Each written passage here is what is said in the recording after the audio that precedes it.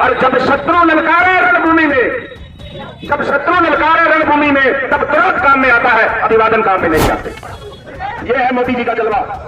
जैसे गोली चलती है, चौकिया की चौकिया उड़ा रही है। आपका सबका जवाब होगा अधर्म। हम इलेक्शन ही नहीं लड़ेंगे। रॉबर्ट वाड्रा जमानत पर है, राहुल गांधी जमानत। चौकिया की चौकिया उड़ा रही है। जी साहब, आपको ये काम करना है, करना ही पड़ेगा। अगर आपने 10 काम करे होंगे तो हो सकता है 2 नहीं भी हो। एक भी कोई कांग्रेसी, एक भी कोई विपक्षी उठकर ये कह दे कि प्रमोद जी ने फलानी जगह पर 1 रुपये का बेईमाना किया, मैं अभी राजनीति से धर्म को खतरा उन लोगों से। पहले हमने ये सबसे व्यस्त चौक के ऊपर कार्यक्रम रखा। थोड़ी सी अव्यवस्था से मेरी माताओं को, बहनों को, भाइयों को थोड़ा कष्ट हो रहा होगा, शायद पूरी व्यवस्था हम नहीं कर पाए।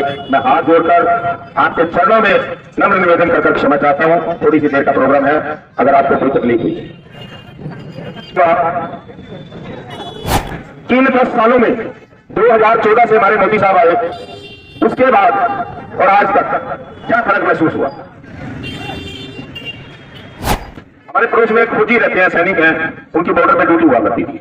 उनसे बात चल पड़ी, उन्होंने हमें बताया कि जब मैं बॉर्डर पर नौकरी करता था, मैं मानसिक रोगी होने की कगार पर आ गया था। मैं कहा यार, फौजी तो बड़े दिलेर होते हैं, बड़े मजबूत दिल के मालिक होते हैं, ऐसी क्या बात होगी कि आप बॉर्डर पे ड्यूटी कर रहे थे? कोई पर्सनल कहता, कोई पर्सनल इशू नहीं है। इशू ये है कि जब हम बॉर्डर पे नौकरी करते थे तो हमें मनमोहन सरकार थी, कांग्रेस सरकार थी, वो हमें गालियां देते थे। पाकिस्तानी सैनिक हमारे ऊपर गोलियां चलाते थे और हमें जब तक ऑर्डर दिल्ली से नहीं मिलता था, हम गोली नहीं चला सकते।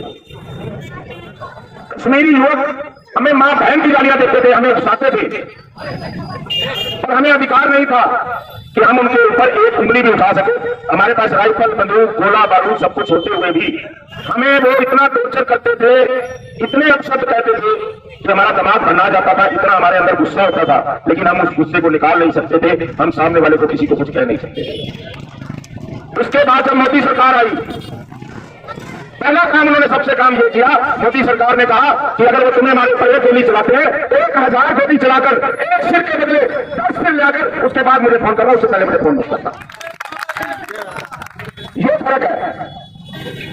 जब किसी वीर से वीर कुर्सी बांधी, पूरी संगत के साथ स्वागत है आपका। थोड़ी व्यवस्था है महाराज जी, थोड़ी क्षमा चाहेंगे। एक शायर की बात में अपनी बात करूंगा। एक चेतावनी, एक गनीमत है, एक शब्द सुनिएगा, आपको आनंद आएगा। एक शब्द सुनिएगा, समझने की कोशिश करिएगा, ये मेरे मन के भार है। गनीमत है शब्द मेरा, अभी गनीमत है शब्द मेरा, अभी लबालब भरा नहीं है। अभी गनीमत है शब्द मेरा, अभी लबालब भरा नहीं है। वो मुझको मुर्दा समझ रहे हैं, वो मुझको मुर्दा समझ रहे हैं, उससे कहो मैं मरा नहीं हूं। अभी शब्द मेरा, अभी लबालब भरा नहीं हूं। वो मुझे मुर्दा समझ रहे हैं, उनसे कहो मैं मरा नहीं हूं। वो कह रहे हैं मिटा के रख दूंगा हस्ती तेरी, वो कह रहे हैं मिटा के रख दूंगा हस्ती तेरी। उसकी आदत डरा रहा है, मैं डरा नहीं हूं। तो हमारे वीर सैनिकों का चल रहा है। आज अगर एक भी पिस्टल मारते हैं हम दुश्मनों को, ये आपके सामने है। ये है नया भारत। साथियों, आज हर देशवासी के दिल में एक जज्बा है, एक उमंग है, एक देशभक्ति की धारा प्रवाह चली है मोदी जी के आने के बाद, है ना। ये हमारा मुकाबला नहीं, क्योंकि इनकी सोच में खोट है, इन कांग्रेसियों की सोच में खोट है। हमारे एक दादाजी उदाहरण दिया करते थे, थोड़ी सी मेरा ध्यान दीजिएगा। कि तो इतना बड़ा वट वृक्ष होता है, मूल बिंदु होता है, जब वो पैदा होता है तो एक छोटा सा बीज होता है। वो बीज जैसे ही होगा वो वृक्ष वैसे ही बनेगा, देर से देर बड़ा छोटा जब भी बनेगा वैसे ही। तो कोई भी कार्य करने से पहले अगर हमारी सोच ईमानदारी की है तो वो जब वृक्ष बनेगा ना, वो फल देगा, वो कांटे नहीं देगा। मैं आप लोग बैठे हैं, प्रश्न पूछता हूं कि धर्म को सबसे ज्यादा खतरा किससे है? धर्म को, हमारे धर्म को, हिंदू धर्म को सबसे ज्यादा खतरा किससे है? आपका सबका जवाब होगा अधर्म। आपकी बात ठीक है, लेकिन अधर्म से तो हमारा युद्ध चलता ही आ रहा है। राम और रावण का युद्ध, धर्म और अधर्म का, सच्चाई और झूठ का। अंधेरे और प्रकाश का, लेकिन धर्म को धर्म से भी ज्यादा उन लोगों से खतरा है जो लोग धर्म के तो पक्ष में बैठे हैं। मेरी बात समझना थोड़ी सी, जो लोग धर्म के पक्ष में तो बैठे हैं किंतु जब धर्म पर आ जाती है वो अपने खामोश घरों में बैठते हैं। धर्म को खतरा उन लोगों से, ईमानदारी को खतरा तब होता है जब बेईमान लोग ऊंची ऊंची आवाजों में बात करते हैं और हमारे ईमानदार लोग उस ईमानदार व्यक्ति का साथ नहीं देते।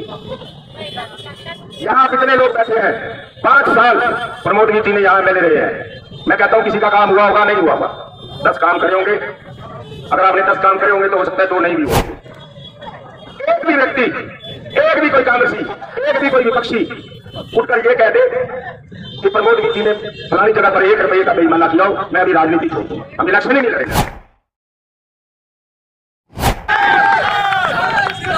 सच झूठ तो बात की बात है, कोई झूठा इल्जाम भी नहीं लगा सकता।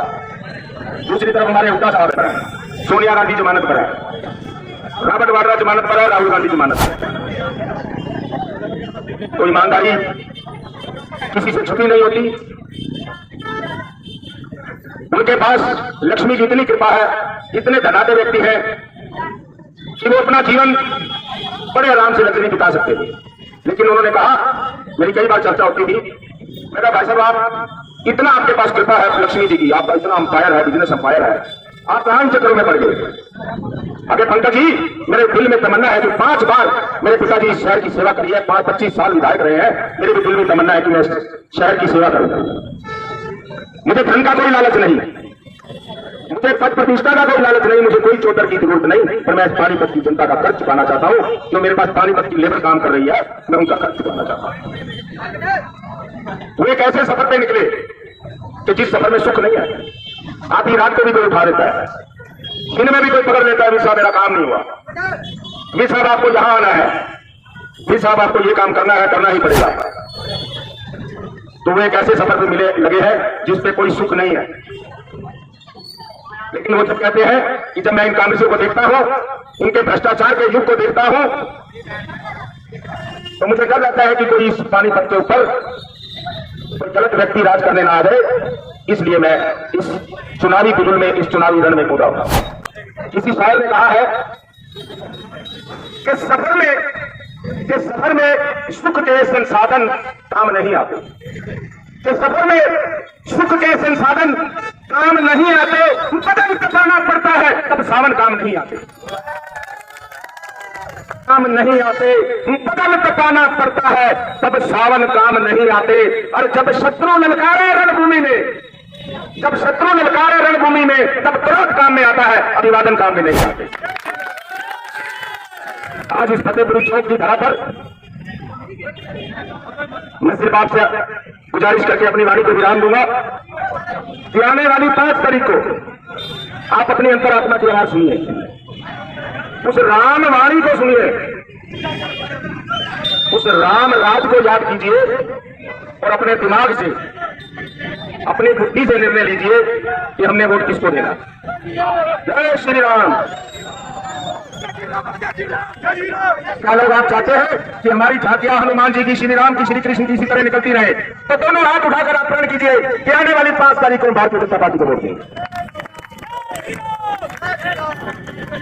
क्योंकि एक छोटा सा विधान कहकर अपनी गाड़ी को विराम दूंगा, उसके बाद और भी पक्का है कि जब राम सेतु पुल का निर्माण हो रहा था, उनके मन में विचार आया, उन्होंने एक पत्थर उठाया और उस पत्थर को समुद्र में डाला। अचरज का विषय कि वो पत्थर टूट गया साथियों। उन्होंने हनुमान की तरफ देखा, प्रभु श्री राम ने, कि ये क्या हुआ, मेरे नाम से जो पत्थर तैर रहे हैं, इस पत्थर को मैंने सागर में छोड़ा, वो टूट कैसे गए?